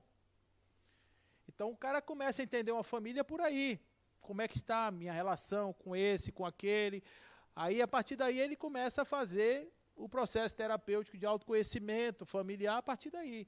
É importante a gente entender o seguinte, que toda vez que a família não está bem, ela vai ter um reflexo, vai ter um sintoma que vai aparecer em alguém. Certo? E é claro que, a depender de como a gente possa processar tudo isso, você vai ter uma família que é funcional ou você vai ter uma família que é disfuncional. Tá bom? Bom, gente, eu já passei por essa parte, digamos assim, mais sistêmica da família. Vamos entrar um pouquinho na família espiritual para a gente entender nosso lugar dentro da família, tá? Então, apenas para a gente poder pensar, essa história de que ninguém me ama, ninguém me quer, ninguém me chama de meu amor, nada dá certo para mim, preste atenção nisso que você está dizendo, porque essa é uma crença mórbida, isso é um prazer mórbido, tem gente que tem prazer nisso, e está nesse lugar, isso não é o lugar seu, você não nasceu para isso, você não está aqui para viver nessa posição, você está aqui para viver na condição de quem ama, de quem deseja, de quem faz, de quem se levanta, porque você tem um recurso para fazer isso. Então, vítima não é um bom lugar para você ficar, principalmente quando você está vivendo na condição de família. Você tem que ser ator, você tem que ser protagonista da sua própria libertação dentro do processo, porque se está tudo complicado e ninguém fizer nada, vai continuar complicado. Isso é muito... hoje é cada vez mais premente que a gente tenha essa percepção de realidade, tá, gente? No nosso papel. Então, não existem duas pessoas que pensam igual sobre todas as coisas. Não existem duas pessoas que sintam o mesmo modo todos os momentos dentro de uma relação. Isso aí, marido e mulher sabe bem o que é isso. Tem hora que um está, o outro não está, e aí isso aí acontece. Não existem duas pessoas que queiram as mesmas coisas ou que queiram sempre ao mesmo tempo. As pessoas funcionam a partir de tempos diferentes. Você precisa compreender. Nós somos, na verdade, seres únicos, autônomos e diferentes. E, entretanto, ao mesmo tempo, dependemos uns dos outros, necessitamos dessas pessoas para que elas nos ajudem a conseguir muitas das coisas que queremos. Dependemos também de outros para validar nossa experiência e nossa existência anterior. Ou seja, lá no Livro dos Espíritos, na parte 3ª, a lei de progresso vem depois da lei de sociedade. Certo? Ou seja, primeiro a gente precisa estar reunido para progredir. Nós só crescemos juntos, a gente só evolui junto. Então, quem é que compõe uma família? Uma família é uma conjunção de espíritos encarnados ou desencarnados, que necessitam, através da convivência, executar projetos comuns, quando fazem sob o predomínio da harmonia e, em nome do amor, conseguem constituir um lar. Certo? Então, família é uma conjunção espiritual. os espíritos que se juntam em família são atraídos por ressonância, por sintonia, por entrelaçamento, por outras grandezas energéticas. O fato é o seguinte, que quando soa o tempo da encarnação, o espírito reencarnante, ele de alguma maneira é conduzido a um seio familiar, cuja experiência será para aquele espírito a melhor experiência que ele pode ter do ponto de vista evolutivo. Então, quando o espírito vem para a Terra, vem para viver numa casa, numa família, no convívio com esse ou com aquele, e esse locus de trabalho, de experienciação, é a melhor experiência que o espírito pode ter na sua existência para as demandas daquele momento. Dito de outra forma, eu não pedi para nascer. Vocês já ouviram isso? Ou já disseram isso? Quem já falou isso alguma vez? Realmente a gente não pediu para nascer. Às vezes a gente implorou para nascer.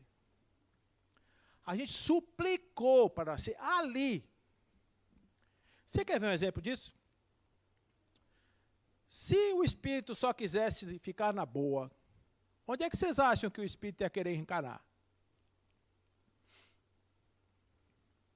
Eu, se tivesse me perguntado, eu ia dizer, rapaz, na Suíça, ali embaixo de uma montanha daquela, bem lindona, eu quero ser pastor de ovelha e ficar ali, ó, só olhando a natureza, comendo chocolate, feniletilamina. Mas eu fui nascer em Jequié, gente.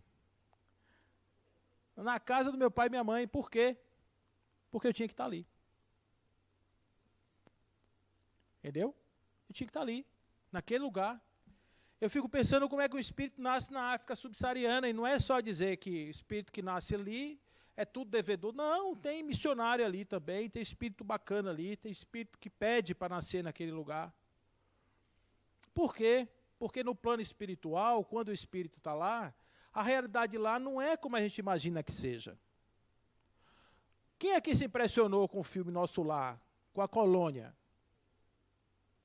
Nosso lar é umbral, gente. É umbral. O povo lá briga por causa de comida. Então você imagina o seguinte, a gente vai para um plano espiritual e vocês acham que os problemas acabaram? Não.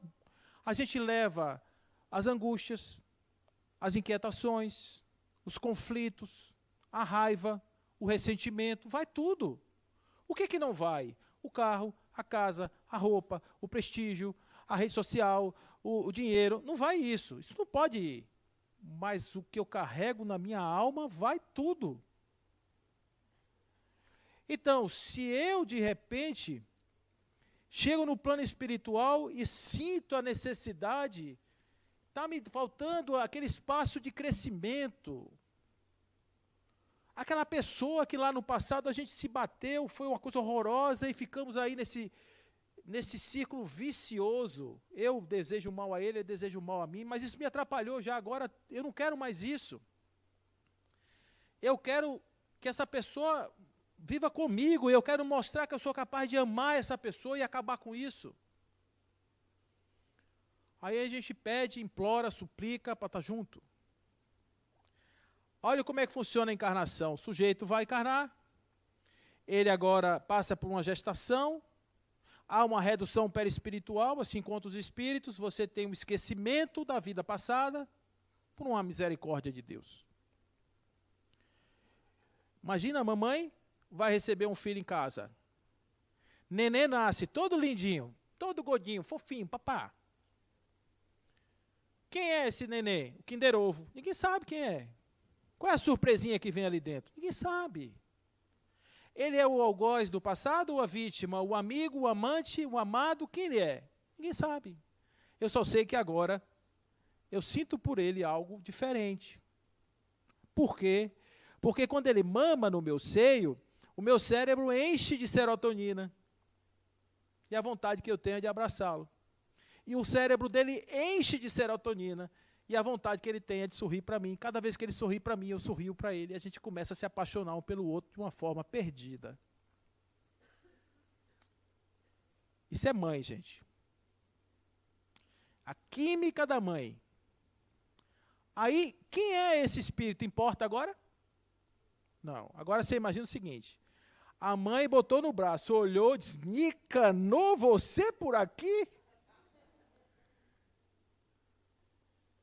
Vai rolar leite? Não, você que vai trabalhar, procure seu leite. Quando eu pedi, você não me deu. Olha como é diferente. Então, a misericórdia de Deus faz que a gente esqueça. Aí, quer dizer que eu não vou lembrar nunca? Não. Eu vou passar esse primeiro momento, vamos construir um link de amor, e quando vier o momento em que as memórias vão ressumar, o amor que eu construí no primeiro momento vai atenuar quaisquer vontades negativas de relação, de coisa que eu possa ter. Então, se eu construir bem essa fundamentação, se eu plantar bem essa árvore aqui amorosa, provavelmente essa encarnação nós iremos passar com mais tranquilidade do que as outras. Mas se essa janela de oportunidade for perdida, provavelmente eu vou ter muito problema com essa criatura. Por quê? Porque não vai ter a base. Não vai ter o serotonina. Não vai ter o tchá de mamãe. Então, não percam oportunidade nos encontros das encarnações. Às vezes a gente acha, eu queria ser como Adenauer, construir um prédio desse, fazer uma fundação lá dos idosos, ser o empreendedor do mundo espiritual. Isso é que é missão. Não, gente. Não é não.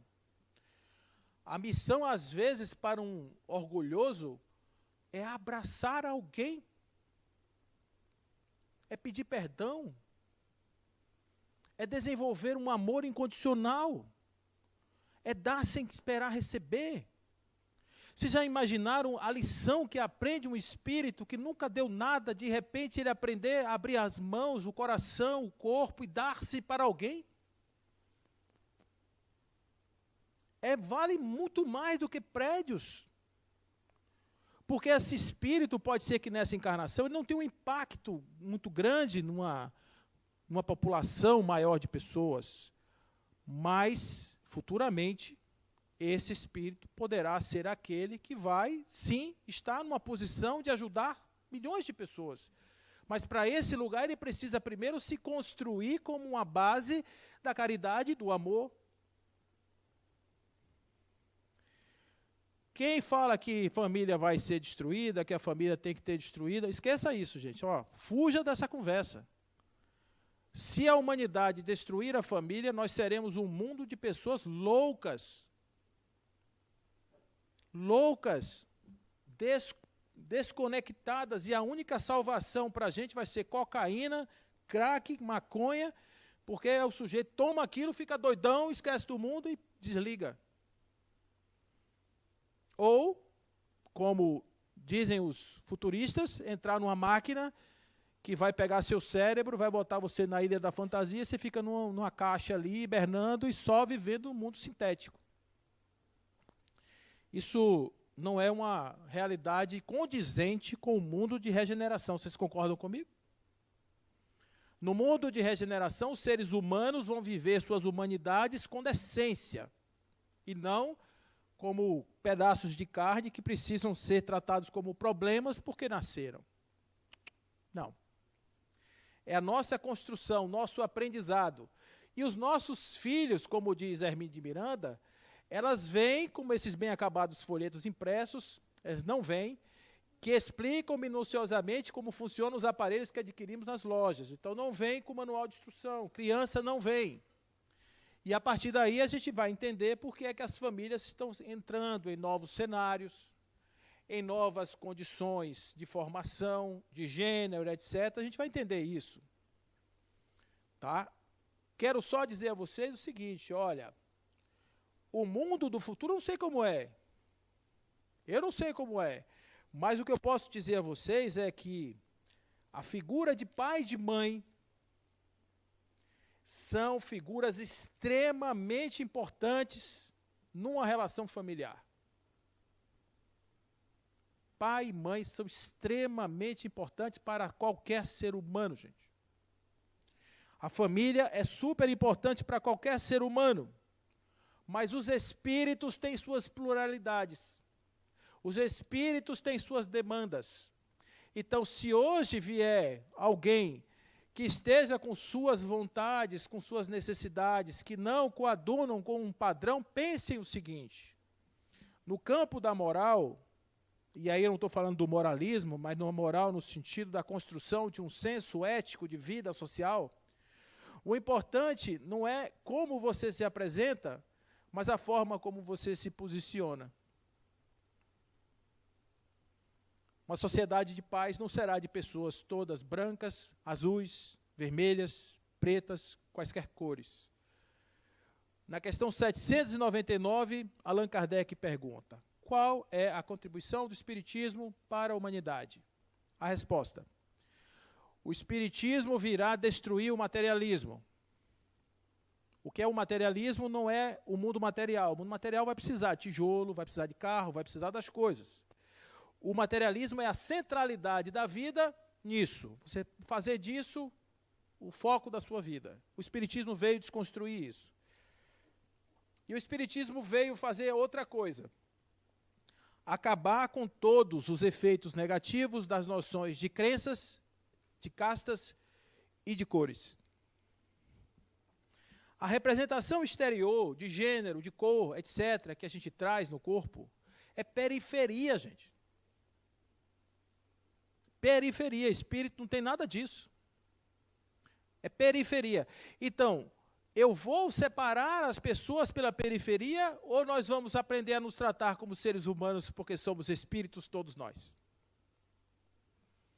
Somos o quê? Espíritos vivendo realidades humanas. Vocês vão ouvir isso aqui nesse curso até o ciclo 10.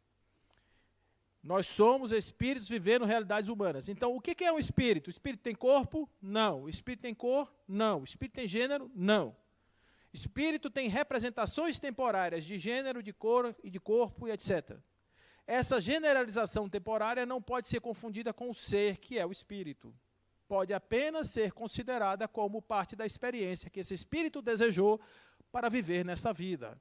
Portanto, muito cuidado nessa hora, porque nós estamos falando da união fraterna de espíritos que estão se juntando para realizar os seus sonhos de serem seres melhores. Todos nós. Desculpa, apesar do sono não me deixar o cansaço. Captou. Mas eu captei. Não, uma coisa assim que eu despertei. Porque assim, eu tenho 50 anos. Né? Na minha geração, o homossexualismo era uma coisa muito... Sabe? Então, quando a gente vê hoje, eu tenho uma filha que tem 21 anos e ela, na verdade, ela é bi. Né? E o que eu vejo as amigas na minha casa é como se fosse um pouco ponto de encontro, né, delas.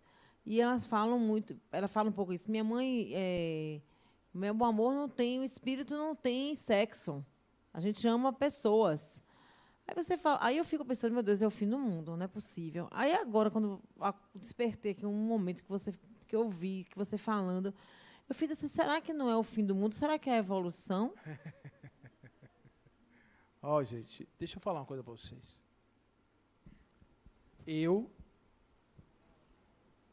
Outro dia eu ouvi uma pessoa dizer isso, viu? Que o fato de estar acabando com essa coisa de gênero quer dizer evolução. Cuidado. Uma coisa é unidade, outra coisa é sexo. É a necessidade da busca do prazer numa identidade de gênero. Dizendo de outra forma, eu sou homoafetivo. Por quê? Porque eu amo meu pai, eu amo meu irmão e são homens. Eu amo meu filho, que é homem. Eu amo amigos que são homens. Mas eu não sou homossexual. São coisas diferentes.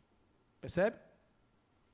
Então, enquanto eu tenho a necessidade do corpo, da carne, não tenho nada de evolução. É apenas a cor da experiência. que nós estamos falando aqui é você transcender a experiência do corpo na percepção de que eu, quando olho para você, eu não vejo uma mulher, um homem, um ser, etc., com características X. Eu não vou vendo você assim. Eu estou te vendo como algo que está para além dessa representação temporal, que é um espírito.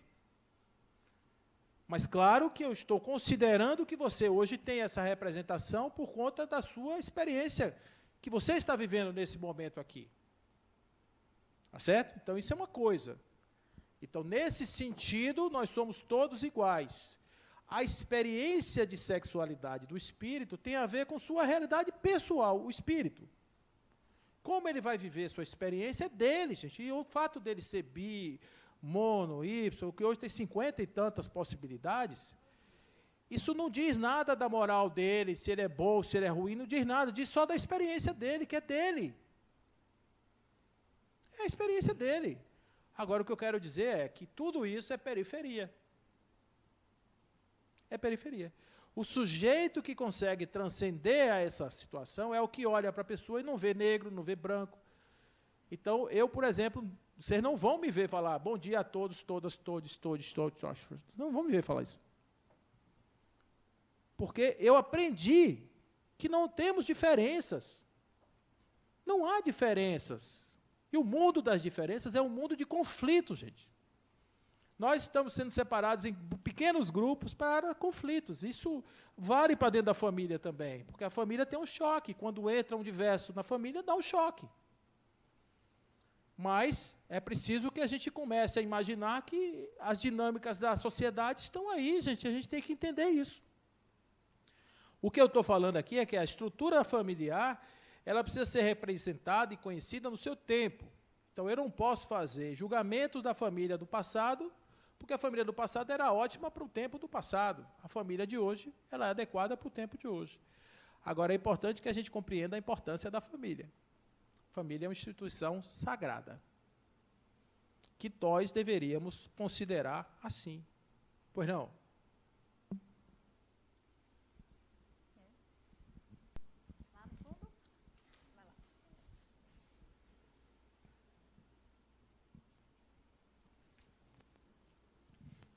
Boa noite, meu nome é Andréa. É porque, na verdade, no caso, você começou falando sobre a evolução da família. E hoje nós estamos vendo muitos casais que fazem a opção de não ter filhos. Muitos. Né? Então, assim, meus primos, muitos amigos que hoje estão vindo, os filhos, não só pela questão da homossexualidade, não, são casais héteros, mas que Isso. escolheram não formar uma Tem família. cachorros e gatos. Isso, exatamente. Então, assim, é o mesmo questionamento. Eu falei, meu Deus, será que vamos evoluir também para isso? Né? Dessa opção. Isso tudo faz parte, gente, porque é aprendizado. A gente tem que pensar em nível evolutivo. Então, nós pedimos uma liberdade e recebemos essa liberdade. E agora a gente está sem saber exatamente o que fazer com ela. Então, a gente uma hora vai aprender essa coisa da liberdade. Filho. Por que eu não quero ter filho? Isso é uma pergunta que cada um precisa fazer para si. É porque eu não quero errar? É porque eu não quero que um filho seja o que eu fui para o meu pai e para minha mãe? Entendeu? Cada um vai falar de si, gente. Agora, o que eu quero dizer é o seguinte, a tendência evolutiva é inexorável, a mudança é inexorável, vai acontecer o tempo todo. O que é que nós não podemos perder? Não podemos perder nossos links amorosos. Não se vive na família ideal, aquela que se gostaria de conviver com espíritos nobres, ricos de sabedoria, mas no grupo onde melhormente são atendidas as necessidades da evolução. Existe encarnação de não ter filho, existe encarnação de filho, existe encarnação de não ter marido, existe encarnação de não ter mulher, existe encarnação de ter isso, ter aquilo, cada um seguindo o seu caminho. Cada um seguindo o seu caminho, na sua plural diversidade, na liberdade do seu livre-arbítrio.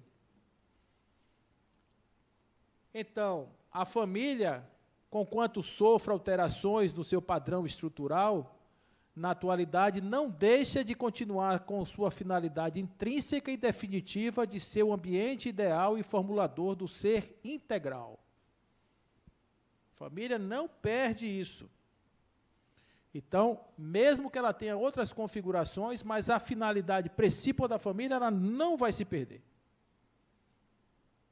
Então, não é uma coisa que a gente deve pensar que vai ter fim. Não vai.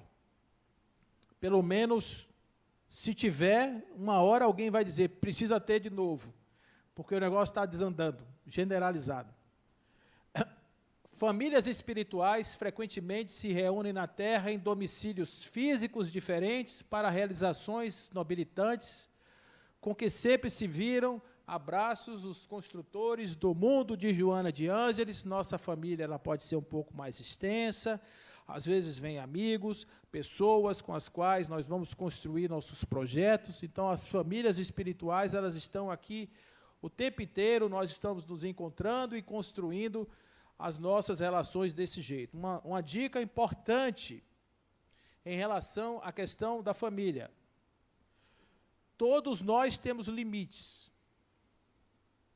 Aprendam a reconhecer os nossos limites e os limites do outro. E não exijam do outro mais do que o outro pode dar. Isso é importante porque se você pegar uma pessoa que não sabe pular e pedir para ela dar um pulo de 2 metros, ela não vai conseguir, não adianta, você só vai se chatear com ela. Então, se você convive com alguém que só consegue pular 20 centímetros, fique feliz quando ela saltar o 21º. Ok? Só uma dica. Jamais vai desaparecer a família de Joana, porque a criança dependente nos braços adultos inspira ternura, devotamento, trabalhando as emoções para o entendimento e a comunhão dos genitores em sua volta, dando surgimento ao grupo consanguíneo e afetividade mais pessoal. Então, os espíritos que eventualmente não se dão a oportunidade de trazerem para a Terra aqueles que poderão ser os próximos espíritos que vão reencarnar, que vão aprender, provavelmente depois poderão ter experiências no sentido de também desejar voltar e não terem o espaço para voltar. E quando voltam, eles voltam pensando diferente, não tenha dúvida. E aí, só para a gente deixar uma palavra final. Quer mudar o mundo? Quer promover a paz mundial? Quer fazer diferente? Vá para casa e ame sua família. Porque é a mais importante coisa que a gente pode fazer.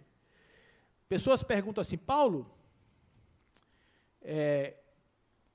quem é meu mentor?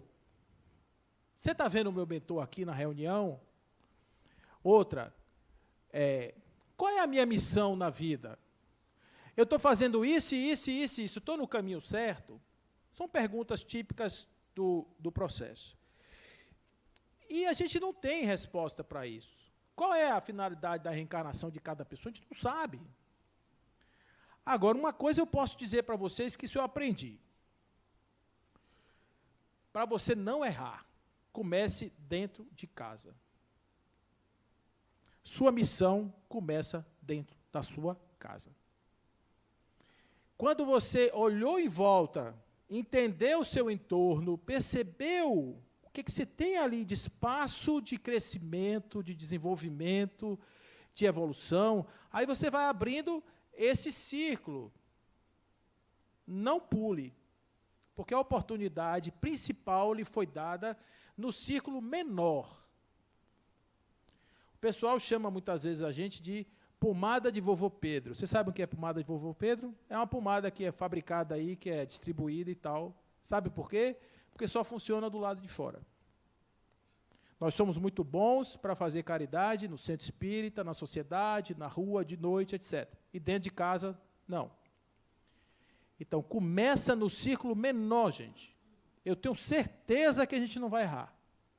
Porque quando a gente acertar esse círculo menor, a gente está preparado para levar o exemplo da superação para um ciclo maior.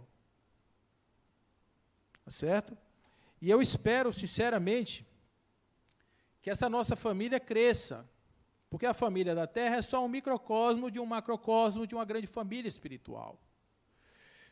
E que um dia nós possamos todos ser uma única família espiritual. que a gente se reconheça aqui na terra. E que a gente possa olhar uns aos outros e dizer da paz e do amor que eu sinto por ter você na minha frente. Pelos meus olhos contemplarem os seus olhos, pelos meus braços poderem tocar os seus braços, pelas minhas mãos serem auxiliadas pelas suas, e pelas minhas pernas e os meus pés caminharem para e passo com você. Eu espero sinceramente que nesse dia o nosso amor seja um único amor, o amor que brilha, o amor que dá e que não quer nada em volta.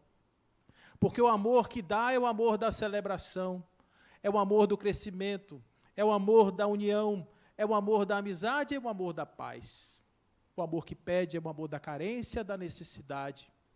E aqueles que ainda estão necessitados, que recebam desses que estão dispostos e preparados para amar, o amor que nós aprendemos a dar.